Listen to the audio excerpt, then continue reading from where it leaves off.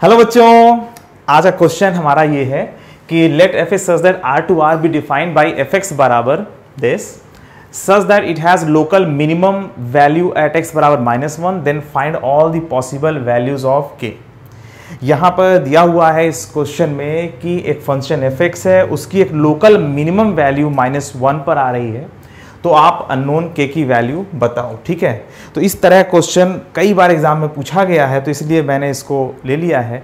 तो बच्चों, जब मैक्सिमा मिनिमा या मैक्सिमम मिनिमम के बारे में कुछ कह दिया जाए, लोकल मैक्सिमम लोकल मिनिमम के बारे में या लोकल मैक्सिमा लोकल मिनिमा के बारे में कुछ कह दिया जाता है, तो उस समय हम अननोन की वैल्यू कैसे निकालते हैं, वही है हमारा आज इस क्वेश्चन का एम। ठीक है, देखो सबसे पहले तुम लोग कॉन्सेप्ट बता दूं कैसे हम लोग को सोचना है, आगे बढ़ना है। अगर मान लो किसी फंक्शन की एक लोकल मिनिमम वैल्यू अगर किसी पर्टिकुलर पॉइंट पर एग्जिस्ट कर रही है, मान लीजिए x बराबर c पर एक लोकल मिनिमम वैल्यू आ रही है, तो ये वाली जो वैल्यू है ना fc, ये अपने जस्ट राइट वाली वैल्यू और लेफ्ट वाली वैल्यू से छोटी होनी चाहिए। ठीक है, ये ध्यान रखिएगा, बराबर भी नहीं, छोटी। ये c पर y की वैल्यू छोटी होनी चाहिए।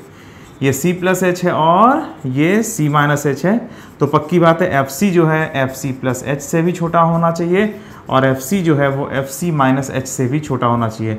लोकल का मतलब हुआ सिर्फ अपने अगल बगल वाली वैल्यू से कंपेयर करना है हमें। ठीक है, तो c पर अगर लोकल मिनिमम वैल्यू मिल रही है तो अपने अगल बगल के y की वैल्यू से c पर जो y की वैल्यू मिल रही है वो कम होनी चाहिए।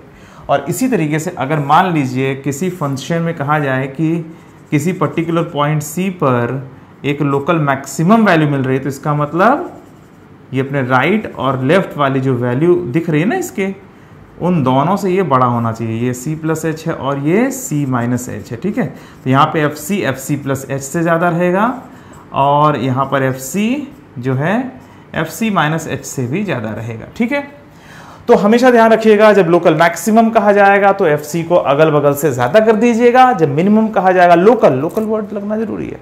ठीक है, जब यहाँ पर लोकल मिनिमम है तो जो है आप जो है राइट और लेफ्ट से आप कम कर दोगे। ठीक है, अगर मान लीजिए ग्रेटेस्ट और लीस्ट वैल्यू कहा जाता है तो वो भी जो है लोकल मिनिमम और लोकल मैक्सिमम बन करके ही जो है ग्रेटेस्ट बनता है। तो अभी यहाँ पर फिलहाल local minimum local maximum value के बारे में कहा गया है। अगर मान लीजिए ग्रेटेस्ट और लीस्ट वैल्यू में कहा जाता है कि इसकी एक लीस्ट वैल्यू एग्जिस्ट कर रही है, तो पक्की बात है कि वहाँ पर एक लोकल मिनिमम वैल्यू ही एग्जिस्ट कर रही है। तो फिलहाल अभी लोकल वर्ड पर ध्यान दिया जाए। जब लोकल रहेगा तो कैसे करना है, लोकल का मतलब अपने अगल बगल से कम होना चाहिए बस। ठीक है, और जब ग्रेटेस्ट और लीस्ट वैल्यू का मतलब जब क्वेश्चन आएगा तो उस समय हमें पूरे फंक्शन में सबसे कम करना पड़ता है या पूरे फंक्शन में सबसे ज्यादा वैल्यू से डिसाइड करनी पड़ती है। फिलहाल जब लोकल वर्ड यूज होगा तब हमें क्या करना है, वो ये करना है। ठीक है, तो ये वैल्यू अपने राइट वाले वैल्यू से कम है, अपने लेफ्ट वाले वैल्यू से कम है, तो यहां पर एक लोकल मिनिमम आ रहा है, और अगर अपने राइट और लेफ्ट वाली वैल्यू से ज्यादा है तो वहां पर एक लोकल मैक्सिमम वैल्यू मिल जाएगी। तो इस क्वेश्चन को सॉल्व करने के लिए हम आगे कैसे बढ़ेंगे, देखो यहां पर हमें करना ये है कि देखो इसमें -1 पे कहा गया है कि एक लोकल मिनिमम वैल्यू एग्जिस्ट कर रही है, तो -1 पर अगर लोकल मिनिमम वैल्यू एग्जिस्ट कर रही है तो पक्की बात है f-1 जो है अपने अगल बगल वाली वैल्यू से कम होनी चाहिए। तो फिलहाल f-1 है क्या, इसमें f-1 देखो k-2 इंटू -1 बराबर k+2। ठीक है, f-1 यहाँ से निकल आएगा। ठीक है, k-2 इंटू -1। अच्छा, f-1 -1 माइनस एच या f-1 माइनस एच कर लेते हैं। -1 माइनस एच कैसे निकलेगा, f-1 माइनस एच यहाँ से ही निकलेगा, क्योंकि -1 माइनस एच जो है -1 से थोड़ा सा कम है, तो k-2 और यहाँ पर -1 माइनस एच। ठीक है, तो ये बन जाएगा k+2 + 2h। करेक्ट। अब यहाँ पर h पर लिमिट नहीं लगाएंगे कि h टेंडिंग टू 0 करना है, ऐसा भी नहीं करना है। जैसा दिख रहा है h को अभी छेड़ना नहीं है, जैसा दिख रहा है वैसे करना है। ठीक है, तो f-1 प्लस h करना है, तो ये कहाँ से आएगा, f-1 प्लस एच नीचे वाले से आएगा ना, f-1 प्लस एच -1 से थोड़ा सा अधिक है तो इस वाली लाइन से आएगा। ठीक है, 2 इंटू -1 प्लस एच प्लस 3, तो ये आएगा -2 + 3 मतलब कितना हो जाएगा, यहाँ पे हो जाएगा 1 है ना, -2 + 3 1 और +2h। ठीक है, तो यहाँ पर लिमिट एच टेंडिंग टू 0 नहीं यूज़ करना है, अभी जो आ रहा है एग्जैक्टली वही लिख देना है, ठीक है। अच्छा, अब एक चीज़ यहाँ ध्यान रखो कि अगर यहाँ पर एक लोकल मिनिमम वैल्यू एग्जिस्ट कर रही है, लोकल मिनिमम वैल्यू का मतलब ये होता है कि -1 पर जो y की वैल्यू है वो अपने राइट वाले से भी कम है और अपने लेफ्ट वाली वैल्यू से भी कम है, ठीक है। तो इन दोनों में पहले कंपेयर कर लेते हैं। f-1 is less than f-1 minus h, ठीक है। एक काम ये करेंगे और दूसरा काम क्या करेंगे, f-1 is less than f-1 plus h, ठीक है। अगर वहां पर लोकल मिनिमम है तो वो अपने अगल बगल से कम होना चाहिए, ठीक है। अगर मान लीजिए कहा जाए कि लीस्ट वैल्यू एग्जिस्ट कर रही है तो भी यही काम करते हैं उस समय, मगर लीस्ट वैल्यू जब कही जाती है तो उस समय ये भी ध्यान रखना पड़ता है कि पूरे फंक्शन में उसकी वैल्यू वहां पर सबसे कम मिले, एकदम लीस्ट वैल्यू, मतलब पूरे फंक्शन में सबसे कम। यहां तो लोकल वर्ड यूज किया गया है, मतलब अपने राइट और लेफ्ट से ही कम होना चाहिए, ठीक है। तो f-1 की वैल्यू हमने क्या निकाली थी, k+2 निकाली थी, और f-1 माइनस h की वैल्यू k+2 + 2h, ठीक है। यहाँ से k+2 कट गया, 0 लेस देन 2h, और यहाँ सिर्फ ये बात का पता चला कि ये ट्रू है, ठीक है। समझ में आ रही बात। और अगर मान लीजिए इधर भाई इधर से तुम्हें k की वैल्यू नहीं मिल रही है, पर जो चीज़ मिल रही है वो ट्रू है ना, वो हमेशा सही रहेगा। तो जब अगर मान लीजिए यहाँ पे 0 ग्रेटर देन 2h लिखा होता या 2h लेस देन 0 लिखा होता, जो कि आप मान नहीं सकते हो, तो उस समय ये क्वेश्चन ही गलत हो जाता, ठीक है। तो एक साइड से ठीक है आंसर नहीं मिलता है, पर कम से कम ये पता चल जाता है कि ये क्वेश्चन गलत नहीं है। अगर k की वैल्यू नहीं आ रही है तो जो कुछ मिल रहा है वो ऐसा मिलना चाहिए जो सही, हमेशा सही रहे वो, ठीक है। वो कभी भी गलत ना हो, वो हमेशा सही रहेगा, तभी आप इसमें आगे प्रोसीड करोगे। अगर मान लो यहाँ पे 0 ग्रेटर देन 2h मिल जाता तो हम यहाँ पे ये बोल देते कि भाई दिस इज नेवर पॉसिबल, ठीक है। ये पॉसिबल ही नहीं है, क्योंकि 0 2h से बड़ा कहाँ होता है, 0 से 2h से छोटा होता है, क्योंकि h जो है बहुत छोटी क्वांटिटी है, बहुत छोटी पॉजिटिव क्वांटिटी है, जो कि 0 से ज़्यादा होती है, ठीक है। तो फिलहाल इधर अभी ये जो है जो हमें मिला है रिजल्ट, ये हमेशा सही हो जाने वाला रिजल्ट मिला, तो इससे कोई मतलब नहीं है, ठीक है। अब f-1 is less than f-1 plus h करना है, तो f-1 की वैल्यू तो k+2 हमने निकाली ही थी, तो k+2 करेक्ट। अच्छा, अब इधर देखो less than f-1 plus h 1 + 2h आ गया, ठीक है। यहाँ से आ गया k+1 लेस देन कितना, लेस देन 0 नहीं सॉरी, यहाँ पर k+1 लेस देन 2h आ गया, correct. k+1 is less than 2h।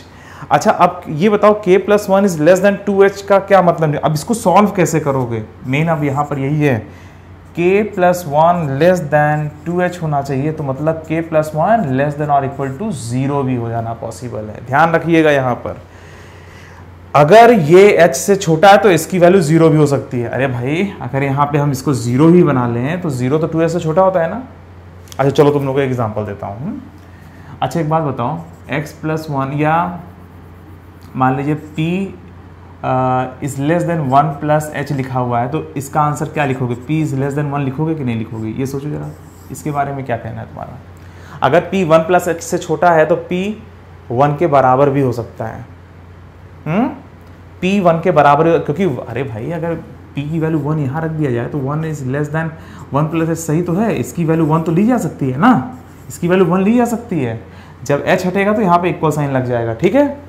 जब h हटता है ऐसे क्वेश्चनों में अंत में तो फिर इक्वल साइन दे के जाता है, ठीक है। ये याद रखिएगा, ये बहुत इंपॉर्टेंट स्टेप है, इसको थोड़ा सोच लीजिएगा अपने मन में, ठीक है।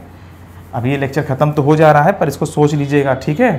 तो ठीक है, यहाँ पर हमने क्या पाया था, यहाँ पर हमने पाया था k+1 is less than 2h, तो k+1 की वैल्यू लेस देन और इक्वल टू 0, करेक्ट। देखो अगर मैं इसकी वैल्यू 0 भी कह सकता हूँ, 0 भी पॉसिबल है हो जाना, तो 0 लेस देन 2h तो होता तो है, सही बात तो है कि नहीं, इसकी वैल्यू 0 हो जाना पॉसिबल है, ठीक है।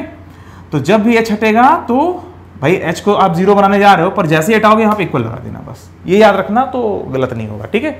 जैसे ही h हटेगा इक्वल देके जाएगा, लेस हो ग्रेटर लिखा हो कुछ भी लिखा हो, ठीक है। जैसे ही h हटेगा तो 0 देके जाएगा, मतलब इक्वल टू भी लगा दोगे, लेस है तो लेस देन और इक्वल टू, ग्रेटर है तो ग्रेटर देन और इक्वल टू, ठीक है, यहाँ से k लेस देन और इक्वल टू -1, इसका मतलब ये हुआ k belong to minus infinite से -1, आप कुछ भी ले सकते हो, k की सारी जो पॉसिबल वैल्यूज़ हैं वो यही हैं। ठीक है, तो समझ में आ गया बच्चों, जब लीस्ट वैल्यू जब लोकल मिनिमम वैल्यू दिया हुआ हो तो आप उसे अगल बगल से कम कर दोगे। ठीक है, अपने राइट से भी कम होगा, अपने लेफ्ट से भी कम होगा। ठीक है, और ये जो क्वेश्चन है ये अभी मैंने लोकल मिनिमम के लिए कराया है।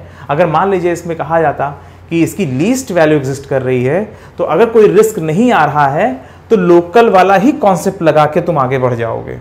ठीक है, अगर कहा जाए कि यहाँ पर इसकी एक लीस्ट वैल्यू मिल रही है, सबसे पूरे फंक्शन में सबसे कम वैल्यू मिल रही है, तो वहाँ पर भी ये कॉन्सेप्ट लगाया जा सकता है। अगर बाहर जो है कोई रिस्क ना हो, मतलब यहाँ पर अगर मान लीजिए क्वाड्रेटिक या क्यूबिक लगा होता, क्यूबिक का कोई फंक्शन होता, यहाँ पे भी क्वाड्रेटिक या क्यूबिक होता, तो भले हम -1 पर जो है ये वाला कंडीशन लगाते, मगर ये बात जरूर चेक करते कि बाद में फंक्शन कहीं नीचे तो नहीं चला गया है। यहाँ पर लीनियर फंक्शन है तो ये ऊपर जा करके ये मुड़ेगा नहीं, मगर स्क्वायर या क्यूबिक मतलब क्वाड्रेटिक या क्यूबिक पावर जो है 2 या 2 से अधिक हो, तो उस समय हमें चेक करना पड़ता है कि उस फंक्शन की जो सबसे कम वैल्यू है वो जो है -1 पे मिले, मतलब ऐसे किसी पॉइंट पर मिले, तो हमें ये चेक करना पड़ता है पूरे फंक्शन में वो सबसे कम है या नहीं। ठीक है, तो उस समय एक अलग तरीका होता है सॉल्व करने का, तो वो मैं तुम लोग को अलग लेक्चर में बताऊंगा। फिलहाल अभी यहाँ पर लोकल मिनिमम पर आप कंसंट्रेट करो। अगर लोकल मिनिमम वैल्यू एग्जिस्ट कर रही है तो आप अपने राइट और लेफ्ट से आप उस वैल्यू को छोटा कर दोगे, ऑटोमेटिक आपका आंसर आ जाएगा।